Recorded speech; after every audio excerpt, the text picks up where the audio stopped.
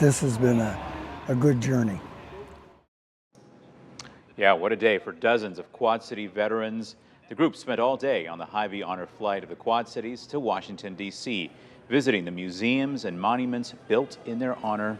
Thanks for joining us tonight. About 80 veterans and their guardians made their first stop at the Udvar-Hazy Center in Virginia. This is just one of the many stops for these veterans today. They tell us it's exciting to see these pieces of history up close. The wonder of it, just the wonder of it. We haven't been flying controlled flight that long. So it's just kind of an interesting thing. Now, the group also made stops at several memorials around D.C. today, including this group photo outside the Lincoln Memorial. Now, those veterans are on their way home right now, expected back at the Quad Cities International Airport late tonight.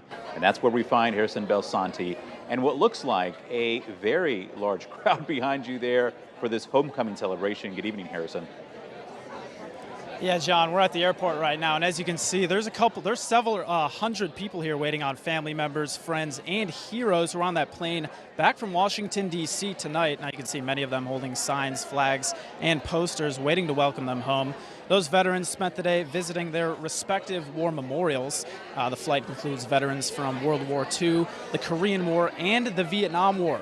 Veterans within a 75-mile radius of the Quad Cities were invited for the 60th honor flight of the Quad Cities, and the 14th Hy-Vee has sponsored. And we're actually here right now with Lena Minch, who's related to one of the onboard vets. Lena, how important is this to you and your loved ones to come support your dad, Roger, tonight? It's an incredible honor to be here.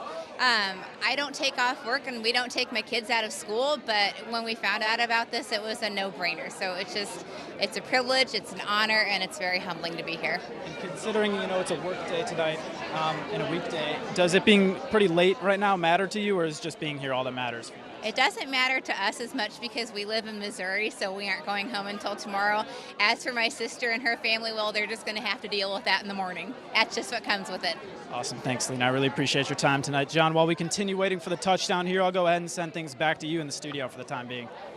All right, Harrison, thank you. And we want to share a few more photos with you from today's flight. Today's flight also recognized 3 women veterans, plus the group made a stop at Arlington National Cemetery witnessing the changing of the guard ceremony.